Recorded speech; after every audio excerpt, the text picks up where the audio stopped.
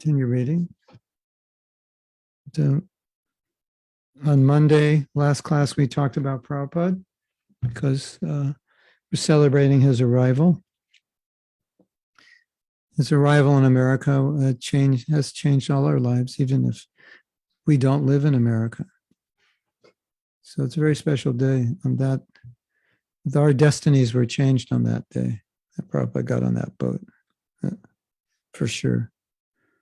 So then I was reflecting on it, and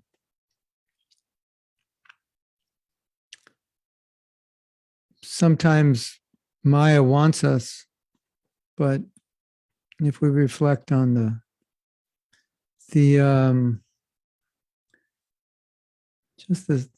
unique position we're all in, the specialness of our position, it'll give us strength. Because if Prabhupada decided not to get on that boat, we would all be in a much different position. I think a lot of us would be on a spiritual path, but not as far as we are now.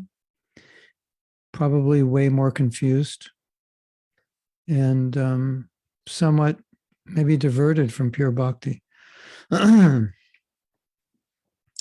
So we can never over appreciate what we've been given. That is appreciation it's really a panacea in many ways for lack of enthusiasm, apathy, procrastination. When I often think, I was telling another devotee, said sometimes he was saying, how do you regulate your life? How do you get up early in the morning? And I say that oftentimes when Prabhupada gives an instruction, I think that I'm so fortunate to have this instruction. This instruction is so valuable. It's so important. So whether or not I feel like doing it or want to do it, the instruction it's precious. And so to not do it is a bit like throwing a diamond down the drain, isn't it? So it's nice to think like that, because basically Maya has her eye on all of us and is looking for us to make a wrong move. Then she can get us, like in a fight, a boxing match or wrestling match or something. You look for an opening in business. You look for an opening to take advantage of someone. In so many areas of life, you look for openings. Maya looks for openings. But that appreciation is powerful, because then it brings as a consequence the desire to do what I don't desire to do, if that makes sense. If you just go based on what you desire to do, then it just depends on the day, depends on which way the wind blows, and you don't have stability. It's kind of second chapter of Bhagavad Gita. Krishna's telling Arjuna, don't be unstable.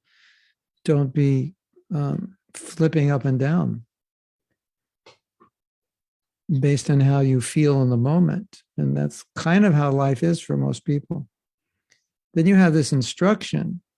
And basically, behind every instruction is a little, like, if you get a drug, there's always like a little label on it, if you're pregnant or this or that, or you take too many pills, or do this. So there's always this little instruction that goes with the instruction, which is do this even if you don't feel like it. This is important, so like take this medicine, even, you don't feel like it, take it anyway, you have to. So I find personally that when you're overwhelmed, ideally overwhelmed with appreciation, that like, this is so special. These instructions are so special, they're so valuable. why not do it? And then, not why not do it, but this is, it's life for me. And one time Prabhupada said, it was a prayer to Krishna, and he said, please help me overcome my causeless unwillingness to surrender. And, I think we can all relate to that. Like sometimes we want to do something, or we're impelled by a desire. We may not act on it, but we're sometimes impelled very strongly by a desire that's antagonistic to bhakti. And we're just looking at that desire, thinking, I don't even want this. And there it is. Causeless unwillingness. It's conditioned, it's programmed in there. It's on autopilot. To not surrender to Krishna is on autopilot. And then you have this instruction, do this. And so, because we're autopiloted not to surrender, often we don't want to do that. But then we think this instruction is so valuable. It's been given by Prabhupada, and I'm so fortunate to have it. So I'm just going to do it. I'm not going to be stupid and not do it. And many times when people say, how do you become Krishna conscious? My short answer is, don't be stupid. But there's a lot, there's 50 years of practicing that, behind that answer.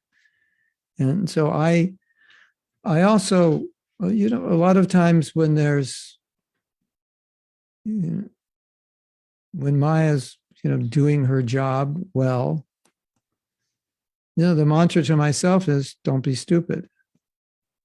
This is, you just know you have too much knowledge to know not to do this. And, conditioning is there, making us stupid. And Prabhupada is there making us intelligent.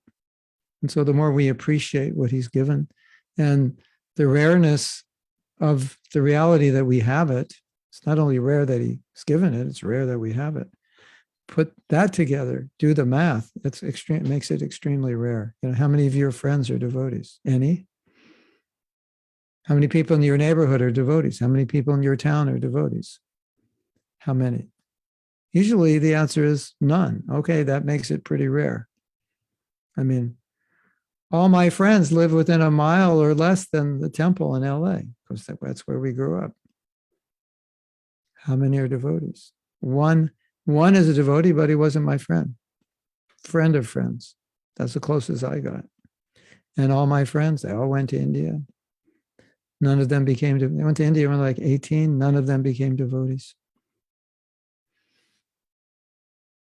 I mean, all my friends lived, if I look where they lived, think about where they lived. They all lived within a mile of the temple. The old temple and the temple moved from the old one, but still it was all within a mile. So, I find that when I gave a class yesterday also on Prabhupada's arrival, which I think was better than, because it was the second time I gave it. It was more succinct than the one I gave to you. And in reflection, after I gave the class, the reflection was that to not take advantage of what Prabhupada gave is madness. That was my, like what he had to do to extricate himself to come here, and then what he had to do when he was here to remain enthusiastic and get Krishna consciousness established. It's so difficult to not take advantage of it. It just doesn't make any sense. It's like I come over to my house. I have $1 billion for you. Your house it's too much trouble and it's too hot and I'm hungry and I'm tired. It's kind of like that. I'm like, what? What are you talking about? I have $1 billion for you. Yeah, but I have to get in my car and I'm in my pajamas right now. And that's, I think we need to see it like that because it is like that. So, it may be difficult. Not it may be. From time to time, it will be. Sometimes less, sometimes more. But, you want to end your life and look back and say, I blew it. I don't think so. I mean, I can't think of anything more painful that you're at the end of your life and saying, I should have chanted 16 rounds a day. I should have followed the regular principles. I should have read Bhagavatam every day. I should have gotten up early, but I didn't. I mean, imagine the pain of that. And now, the doctor tells you have a week to live and you're going to try to be Krishna conscious in the week. I mean, of course it's possible, but still you have to live with that pain. I think, I wasn't prepared for this. I didn't take advantage. And this always happens also when a very advanced devotee dies, who you didn't take advantage of, and when they die, then the first thing you think is, oh my God, why didn't I go see them? Why didn't I call them? Isn't it? And now all you can do the rest of your life is lament that I could have taken advantage, but I didn't. So, you don't want to do that. So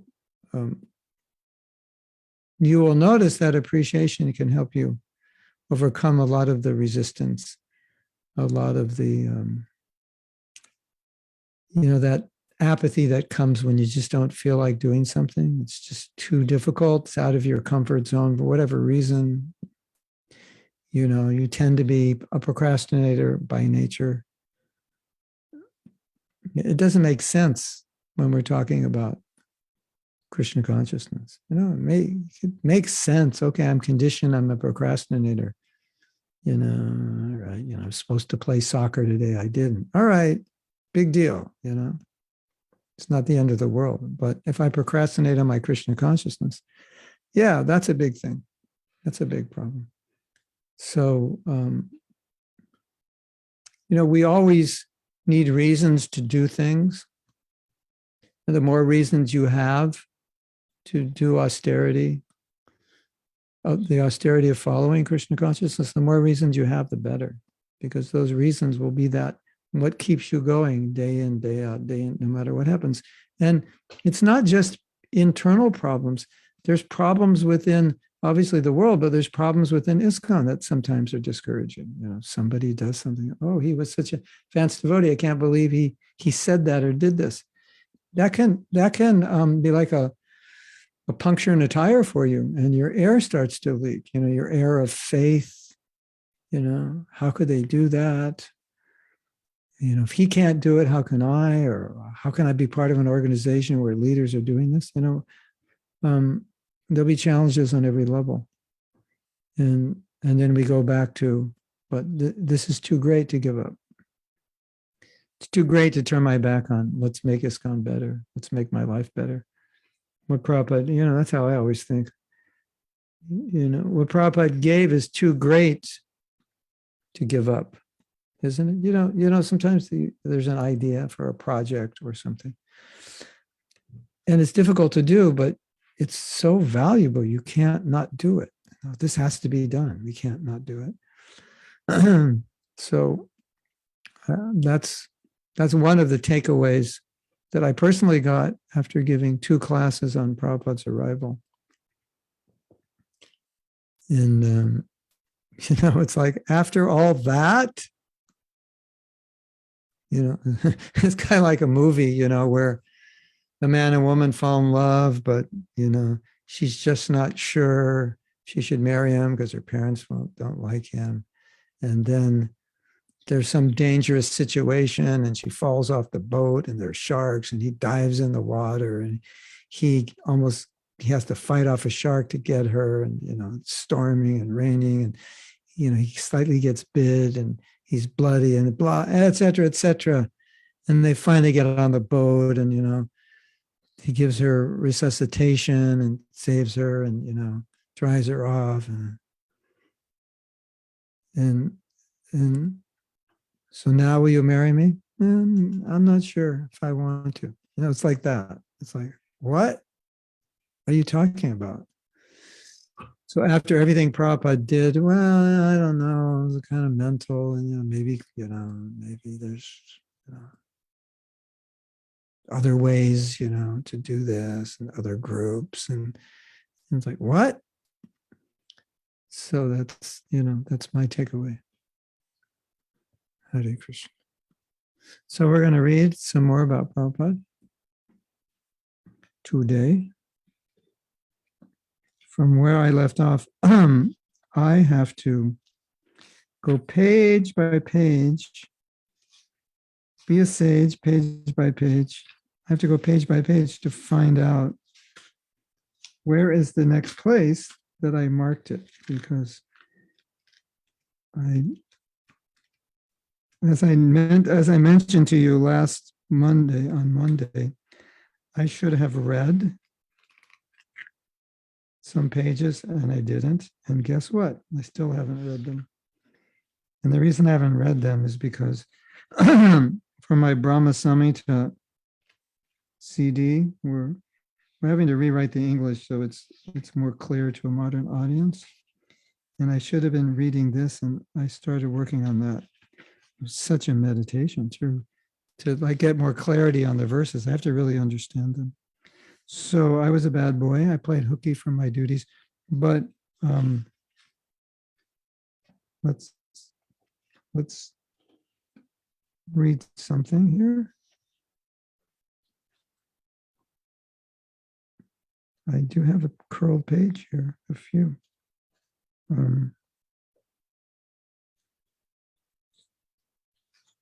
may have to go backwards and see if we actually read these things. Let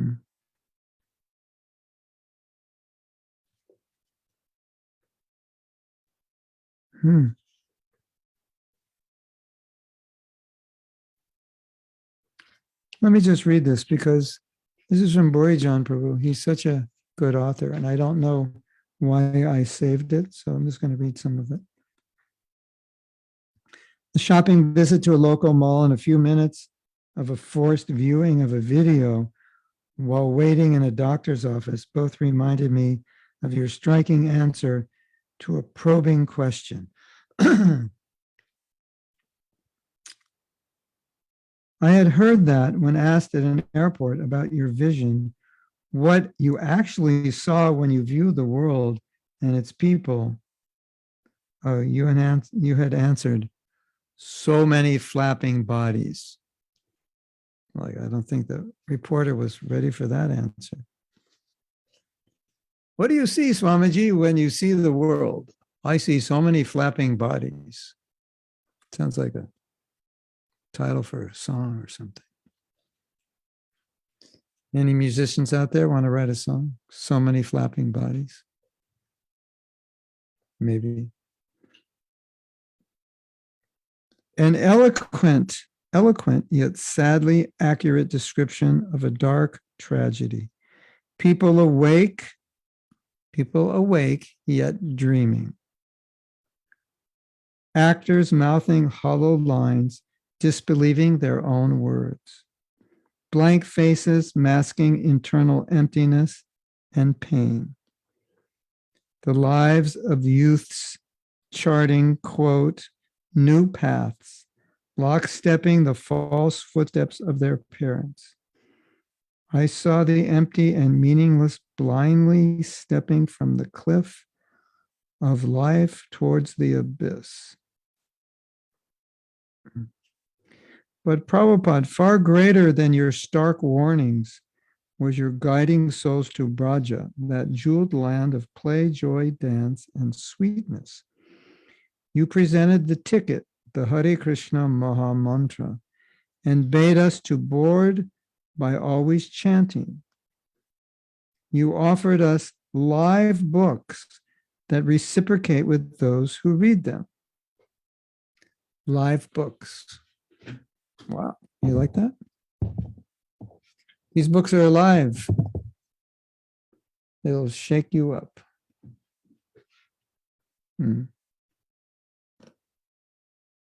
You captured first our eyes, then our minds with visions of divine deities.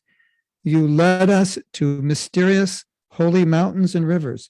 You created a society offering both friendship that could last a lifetime and a worldwide mission, a cause, a purpose that awards hope to ourselves and others.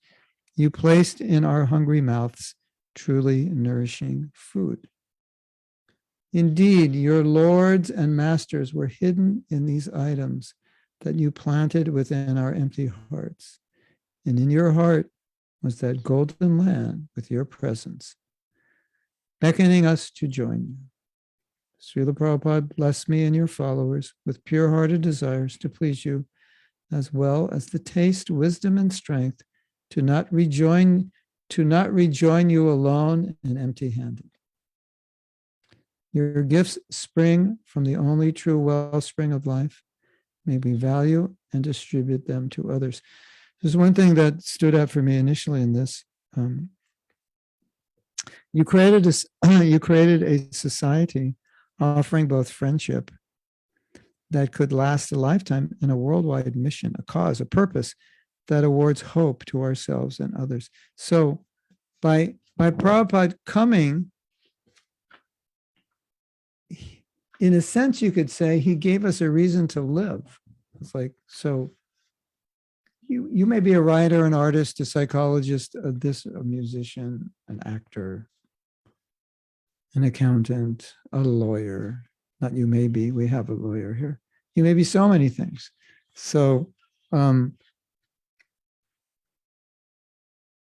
mother, a father, a wife, a husband. But by Prabhupada coming, he gave us a reason to do these things so that the same so-called empty, dry, hollow occupation or position now is full of meaning, full of life, full of bliss, isn't it?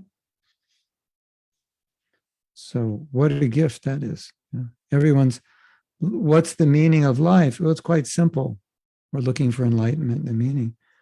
Prabhupada gave us meaning by creating a mission. He said, now this mission will potentially, could change the world. At least it's going to change somebody's. So jump on the boat. This is the mission, become part of this. Play your role, some role. Do something.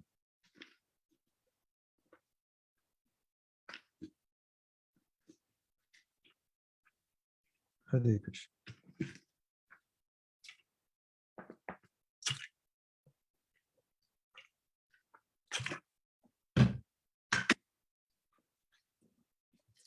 In my life, I look at all the things I do and I think, and I know, and I feel, if I weren't doing these for Prabhupada, I would be bored out of my head and frustrated to the core. Because if you're not doing it for a mission that could bring Krishna to others, why are you doing it? What other mission could satisfy you? To the core, like Bhagavatam says, supersedity. Pure bhakti satisfies the soul to the core. Mahaprabhu says the same thing. Anandam buddhi vardhanam, sarvatma snapanam. It gives us a taste for what we're hankering for. So what a gift Prabhupada has given us. It's like here. It's like your father giving you a business. Here. Look at this business. It's an amazing business. This business can make the world better. Could even change it. It could solve so many problems. Here's the business. Wow, would you like to work for that business? Of course. So thank you, Prabhupada, for giving us a mission which has the potential to do good for people, to do the ultimate good. We can do good for people. We can help them materially, but what happens after that, when this material body is over? To be able to help someone in their eternal spiritual life, what's more precious than that? What is more valuable than that? And how pleasing that is to Krishna, and how much mercy we get from Krishna to do that, to be able to do that. It's inconceivable. So Prabhupada had a little white case. I don't know if you ever noticed that there were personal possessions that he carried with him. Little attaché case, we call it, briefcase. You may notice that if you see some photos where Prabhupada's in the airport, you'll see him carrying personal items, important papers, that may be money in there, things of personal value he would carry on the plane with him, passport and so forth. So one time Prabhupada was leaving Los Angeles and I was with a devotee and he was carrying that case for Prabhupada. And he said to me, "Would you like to carry that case?" Of course, I said, "No way, I'm not going to carry that. It's too heavy." I said, "Of course I want to carry that, right?" This is like, I got to carry Prabhupada's case. Like who wouldn't want to carry Prabhupada's case, right? Isn't it? So it's that case, in a sense, is an emblem for the movement. Who wouldn't want to carry Prabhupada's movement? He came and planted it. Now you get to carry it. Like what an honor that is. And in a lot of times we see problems in the movement, but in a sense, those problems offer us that privilege to be able to serve even more, or the privilege of saving your drowning girlfriend who fell off the boat in the shark-infested water. It's a privilege actually to do that, because then you can show your love and dedication. I mean, like that's whoever gets an opportunity to show their love. What guy can show their love for a girl? He can buy her a BMW or something, but to save her life, wow, what a privilege that is, isn't it? So it's like that. There's difficulty in spreading Krishna consciousness, but then it's a privilege. I can do this for Prabhupada. I can carry his briefcase for him. I can carry his movement for him. So that's how I feel anyway. And so people say, well, how do you stay in ISKCON when there are difficulties? Each difficulty is a privilege. Now, some people, when the ship gets rough, they just jump it. They jump ship, and they think like it's more peaceful if I just take the raft and paddle to the shore. And it's true, it might be more peaceful. But what a privilege to stay on the ship and try to save it, I think, at least for me. That's how I feel. I don't want to have to meet Prabhupada in the end and have him ask me, "How come you jumped the ship?" Yeah, he may or may not ask. I'm not saying he will, but I kind of feel like, at least for me, he would. How could you do that? Maybe some people jump the ship and it's good. They do more. And he wouldn't say that. I feel he would say it for me. So that's how I think. Hare Krishna. So let me see if I can go back and find the next thing that we haven't read.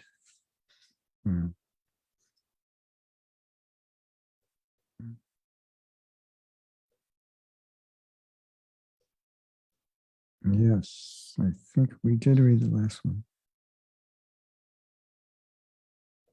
Anyway, I'll read something because I don't think we read this. This is the story. This is the story of Prabhupada going to Mayapur and then meeting a pujari who had seen him when he was a grihasta, who knew him because he would go to the temple at the home of Nandan Acharya. That's the proper Bengali accent. Nandan Acharya. He went to their home, so Prabhupada sees him again, and then we told that story. The man asked, "Why are you crying?" Because Prabhupada was crying while he was chanting, and Prabhupada said, "Because I have an impossible task, which I'm unqualified to fulfill." So here's the pujari speaking about his experience.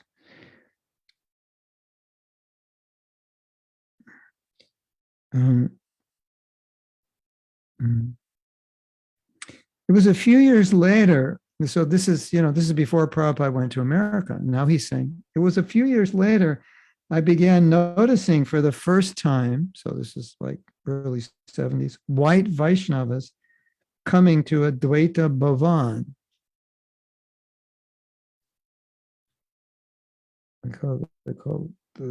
they were wearing dhotis and saris and chanting on Tulsi Mala. One of them gave the Pujari this BTG magazine from America. As he looked at the photographs, the Pujari recognized a picture of the founder Acharya, who had brought Krishna consciousness to the West. It was a picture of his friend, Bhaktivedanta Swami, who had come and prayed here so many times before. Then he realized that Srila Prabhupada had actually accomplished that impossible mission for his Gurudev. He saw that it was indeed Prabhupada, starting alone and without pretense, who had accomplished this. The Pujari said, as soon as I saw this, I came here to the temple. He came to Mayapur to tell this story. I came here to Mayapur to tell you this information. I know that this has gone from the world, that he has gone from the world, but thought you might want to hear this story about your Guru. And my Srila Prabhupada, hearing this over and over is so moving, displaying Prabhupada's glorious character. Yeah. Hare Krishna.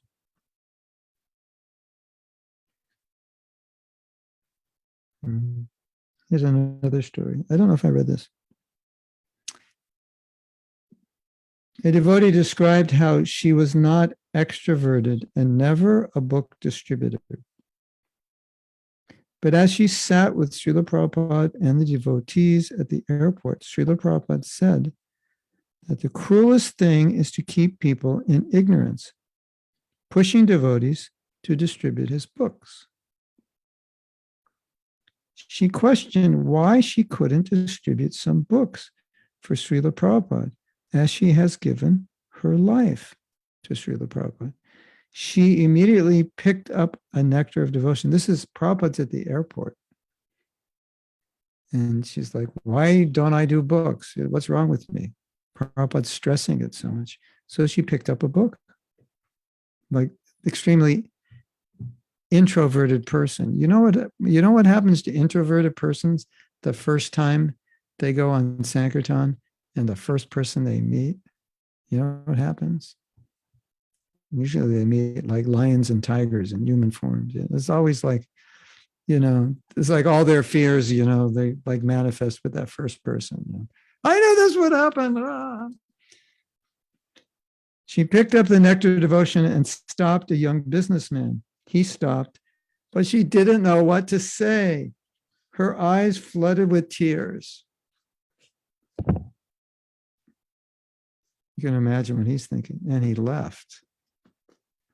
Srila Prabhupada's flight was announced. He walked to his gate, turned around, and gravely looked directly at her, put his palms together, bowed his head, turned and left. It had such an effect on her that Srila Prabhupada appreciated her and was pleased for the effort, not the result. You like that story? Like, you tried, You're the best. You tried. You're the man, or in this case, the woman.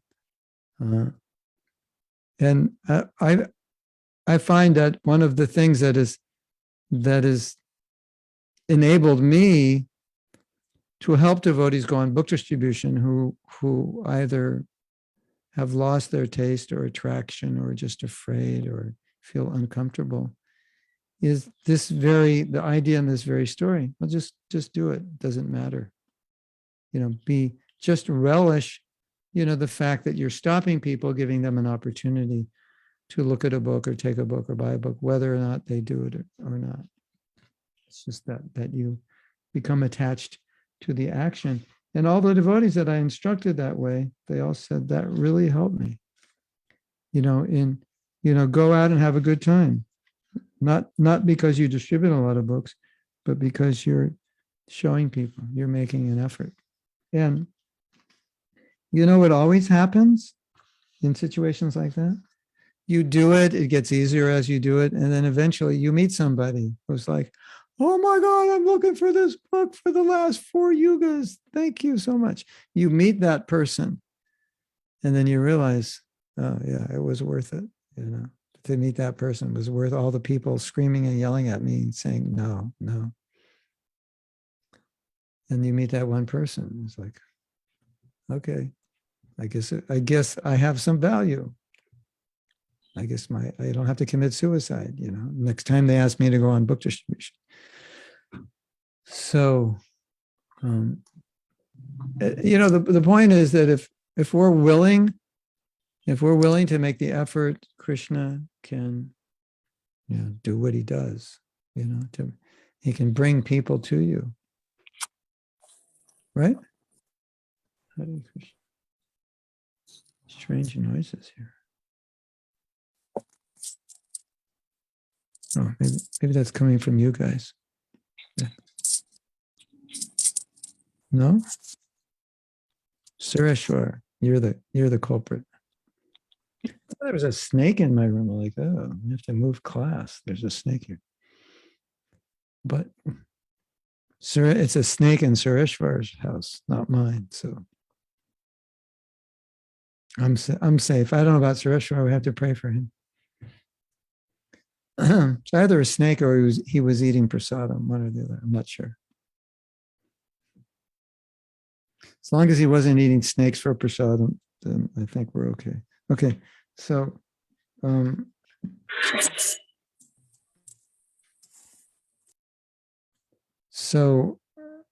yeah, as long as you're muted, Sureshwar, we're okay. I actually thought there was some like strange animal in my office. There are strange animals in Florida, so let's look at your questions or whatever comments. From Kamala Vasant. Devotees are rare. Play your role, do something, jump on the boat. Thank you for this reminder, Maharaj. Thank you, Srila Prabhupada, for such rare devotees who are here teaching us, leading us towards Sri Krishna. Well, Kamala, nobody wants to get old, but the good thing about getting old in Krishna consciousness is that there's so much realization you get from hindsight. And so, you are all younger, so you can benefit from my own hindsight and, the how should we say, the realizations we get from years and years in the field. She says, thank you for fanning the spark with your talk today morning. I really appreciate it. I needed this. Today morning, where are you, Kamala? Where do you live? I forgot. Today morning means you're in the US. You're in Dallas, no? Not Dallas. Where there's too many people write me. Are you in Dallas? No. P says, thank you for the wise messages you share with us so often. I just came back from work. It's afternoon here. This was exactly what I needed to recharge again. I'm feeling so much better and inspired now. Yeah. Well, in your occupation, it can be draining because she's helping people with their problems. And, it's difficult service. We just had a meeting today in this, it was a meeting in conflict resolution, but we're talking about ombudsman and ombudsman help by listening to people with their problems. And then the question came up is how not to get affected by problems. And of course, the answer was eat a lot of gulab jamuns. But there were other answers. That's always a good answer. When all else fails, eat a lot of gulab jamuns. It's a good temporary fix. But part of the answer was to be full in Krishna consciousness, and especially to nurture yourself first. First and foremost, nurture yourself. Make sure you're always nurtured.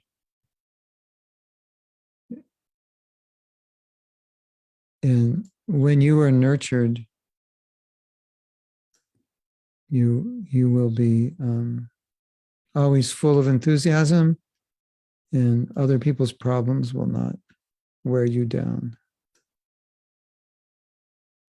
Shujan says, why did Prabhupada choose America only, not other English-speaking countries?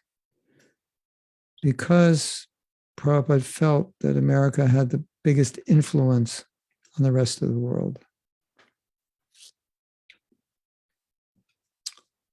And that whatever America does, the world will follow. So if we make America Krishna conscious, then the world will follow America and become Krishna conscious. And Prabhupada told a joke when he was asked this question, why did you go to America? He said, well, my godbrothers went to New York and failed.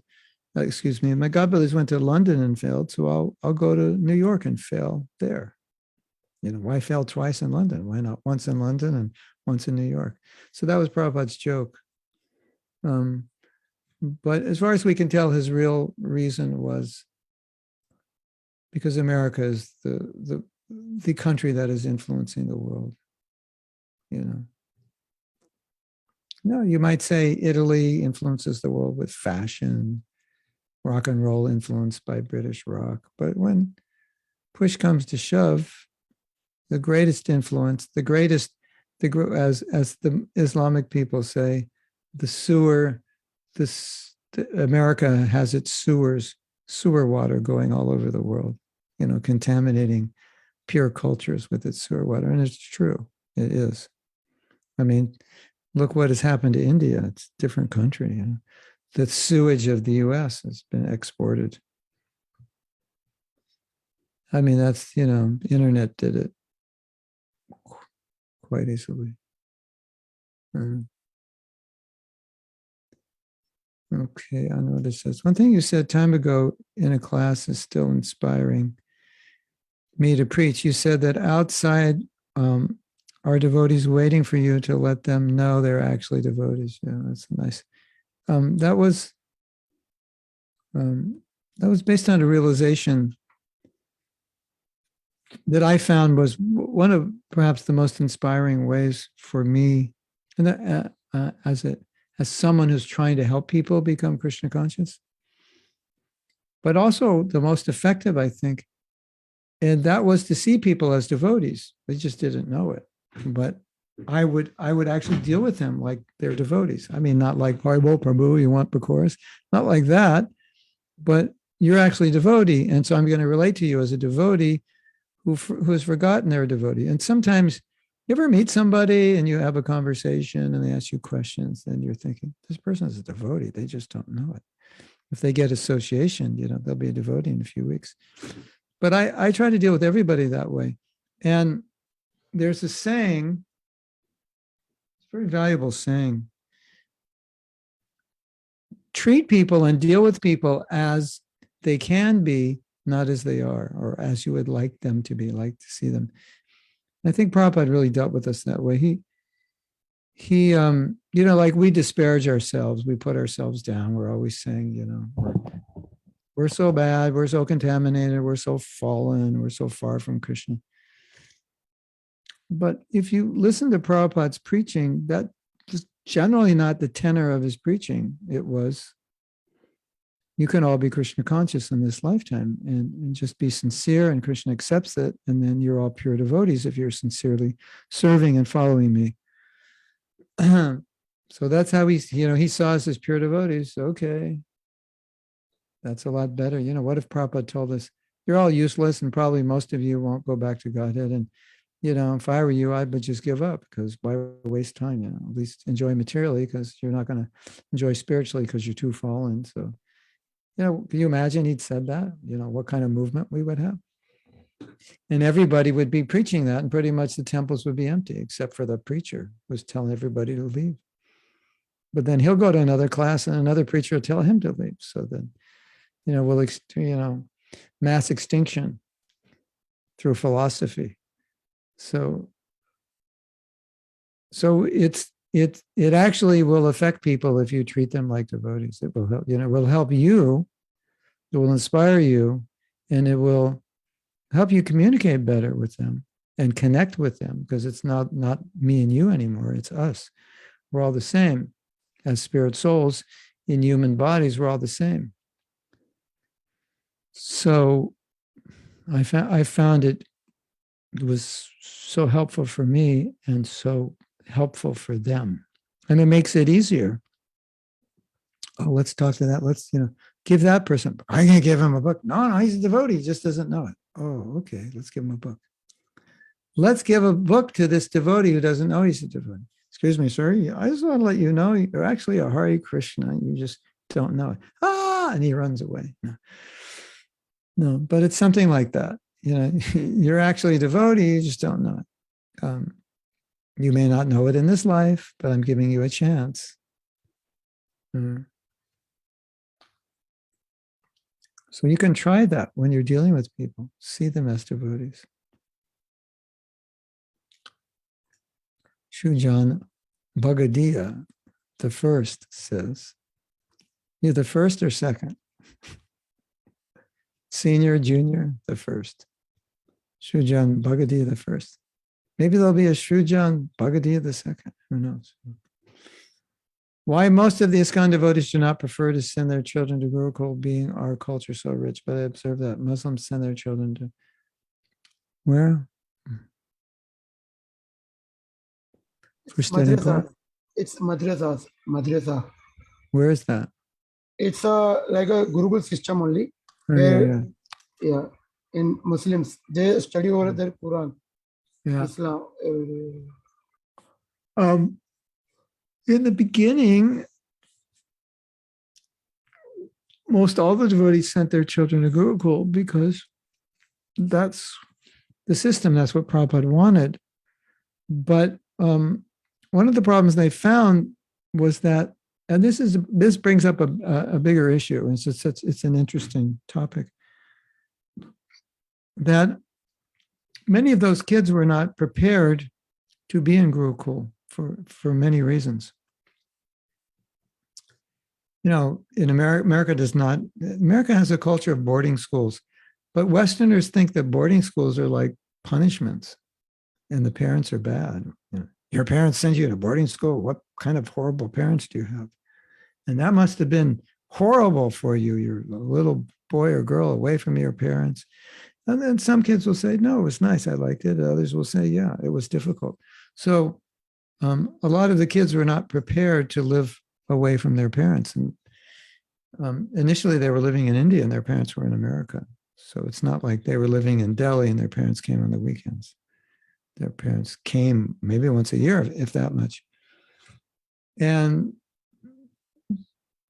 the ashram leaders and teachers were not all well trained. So it was problematic. So it didn't work out as well. Well, that's an understatement. It didn't work out well. It worked out poorly. It worked out, and in some case, quite a disaster, actually.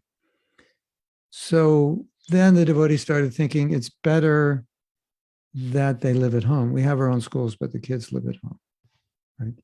Now you have Mayapur Gurukul, but all the parents live in Mayapur generally, although some don't. It's evolved from the initial days. A lot of the wrinkles have been ironed out. So parents do send their kids there, and some send their kids to Vrindavan Gurukula.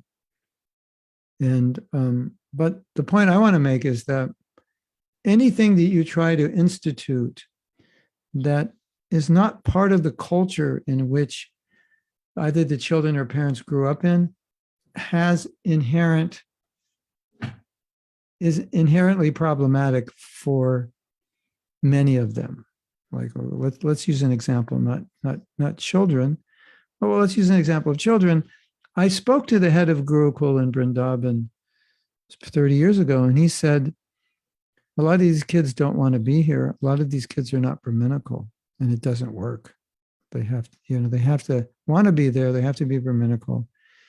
And my observation is if it's thrust upon you, like, Shrujan, you're going to Gurukul, and you just learn that when you're 5 years old.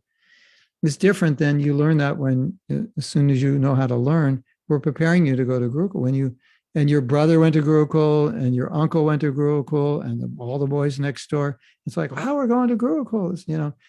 and you're hearing all these stories of these boys who come back from Gurukul and how great it was and how we learned so much. That's different than Srujan at 5. You're going to another country and you're not going to see your parents till you're 20. Like, how does that sound? For a few boys, it might sound good, but the experience may not be that great after a while. You may, miss your mother and so forth. So when you're proposing a big cultural shift like that, there's got to be a support system to make it work. So, like we have another situation like this in our movement with women. Women should be a certain way. Well, men should be a certain way also, but there's more focus on how women should be, because we all know men are already perfect, right? They can't do anything wrong. It's the women they cause all the problems in the world, not the men. Even though all the rapes are by men, but we don't calculate that. We know it's all, and most of the murders and thievery and crime is by men, but that not part of this discussion. We know women are all the problems, because if there weren't women, we wouldn't even have to be in the material world. There'd be no reason to be here. So it's their fault, although we were all women in our last life if we're men. But so we want women to be humble. We want women to be chaste. We want women to be shy. We want women to say, Prabhu, whatever you want, I will do it. Like Devahuti, I am your servant. I'm your wife. I'm your servant. Whatever you want, I will serve. That's the Vedic wife. All right. Which women will say, okay, if you want me to do that, can you give me the Vedic husband? Because if he's not the Vedic husband like Kardama, that's going to be hard to just like do whatever he says, because he might not be that smart. And he might be abusing me. So I can't really be shy around him, because I have to this and maybe I have to that to protect myself. So when you want this to work, it's better if you train men to be men and then train girls when they go to school. Well, this is what part of the training in homemaking is, in chastity, shyness, cooking, and all these things. So then if you have all that in place, then the girls are like, yeah, okay. And, but we put girls through the same education as boys. They basically wear the same clothes. They play the same sports. They eat the same foods. They, like, you ever see a rock and roll band, all girl, they're as good as the guys. You ever see women? Of course, women can't box men, but they can knock out a lot of men. They just can't box professional male boxers, but they could knock a lot of guys out who aren't boxers. So, women are raised in a world which is they're raised in many ways like men.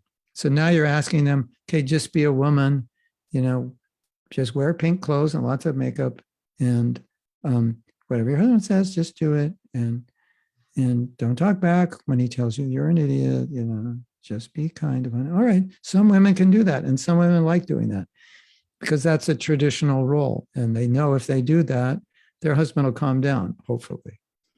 But now it's Kali Yuga, and some husbands get worse when you do that, isn't it? You're shy, you're nice, and then they just take more advantage of you.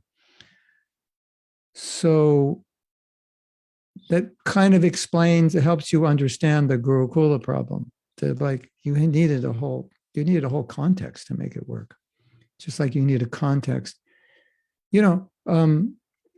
You all want to be disciples. You weren't raised to be a disciple. Like I'm going to be a disciple. Guru Maharaj, whatever you tell me. You tell me to jump off the Empire State Building, I'll do it. I just tell you to eat 3 chapatis instead of 4, and you can hardly do that, right? So that's what we're dealing with, isn't it? Get up at 4 o'clock. Well, Guru Maharaj, I could get up at 7:30. Is that okay? That's what we're dealing with. So we don't even know what it means to be a disciple. We're not part of that culture. So the more we imbibe the culture, the more we can do it. So we're learning Shastra. This is what a guru is. This is what a disciple is. This is what surrender is, right? So the more we imbibe that culture, easier it is. The more we imbibe materialistic culture, the harder it is, because material culture is, ain't nobody going to tell me what to do, right? That's materialistic culture. Right? I don't listen to nobody. I don't surrender to nobody. I'm my own man.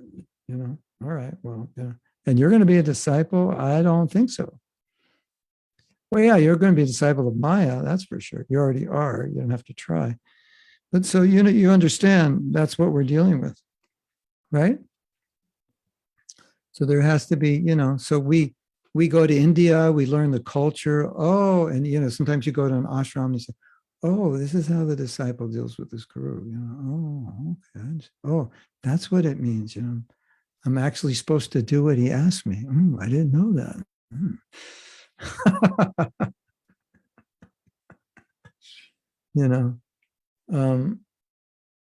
He actually knows more than me. Oh, okay. I got it.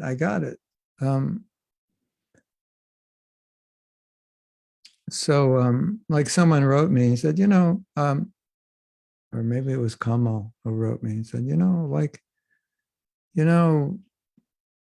there's so much worship of the guru, it makes me uneasy.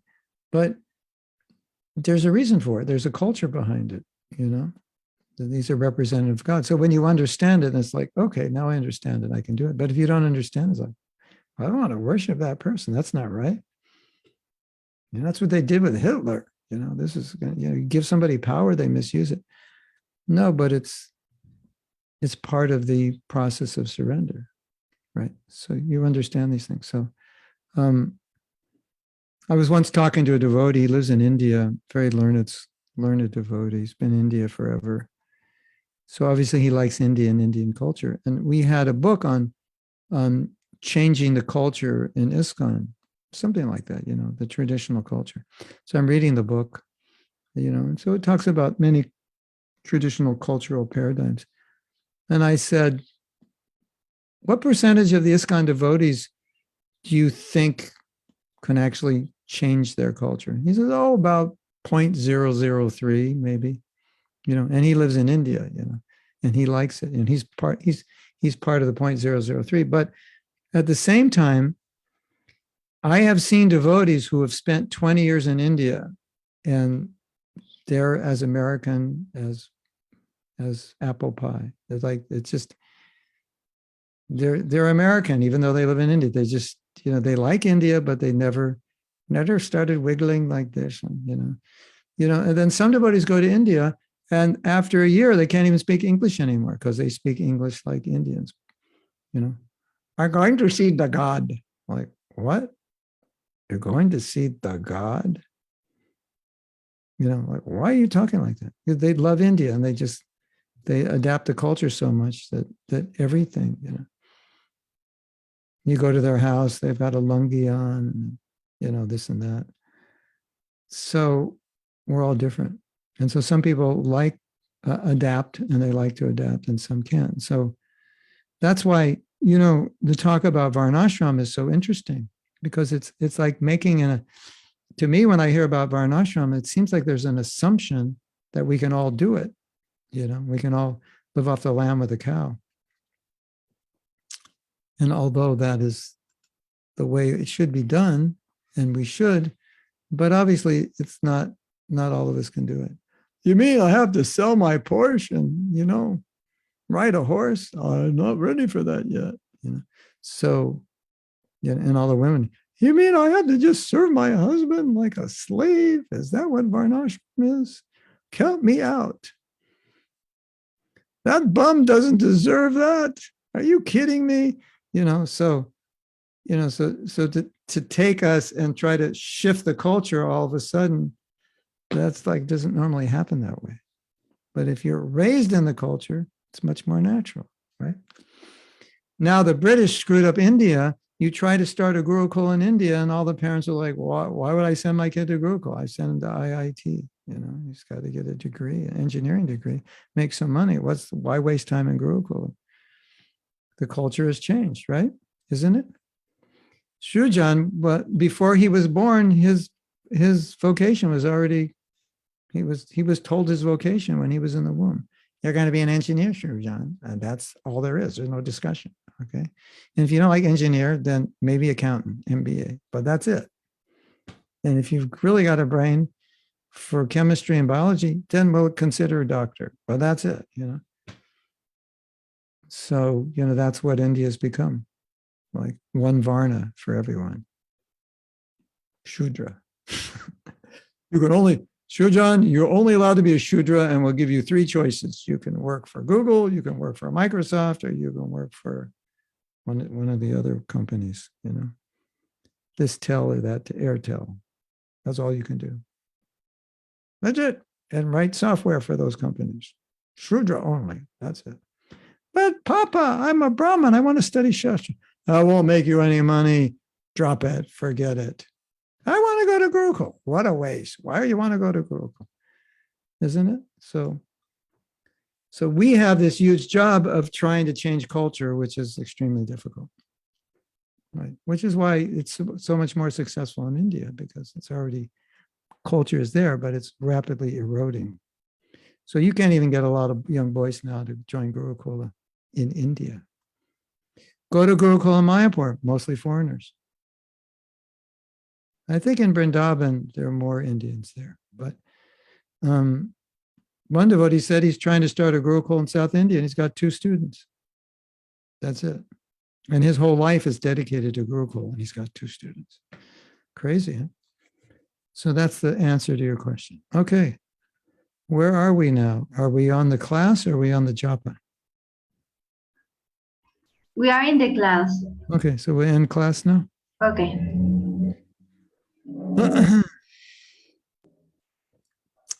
Start recording.